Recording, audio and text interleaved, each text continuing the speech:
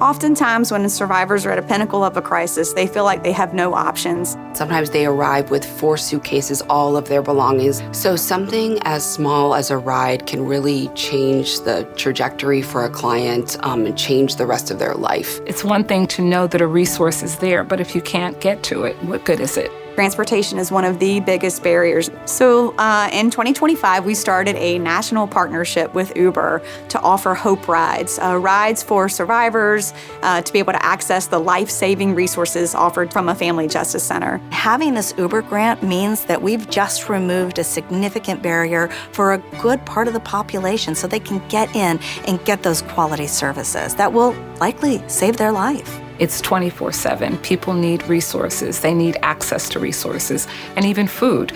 So we've been able to have Uber Eats deliver food. We have many stay-at-home moms that needed things, and just basic necessities that we've been able to provide through this partnership with Uber. Over the past year, thousands and thousands of miles where survivors are getting access to those lifelines. So with our year 1 and 17 centers, it just went so well. We will expand that partnership with Uber and providing this resource to 30 family justice centers.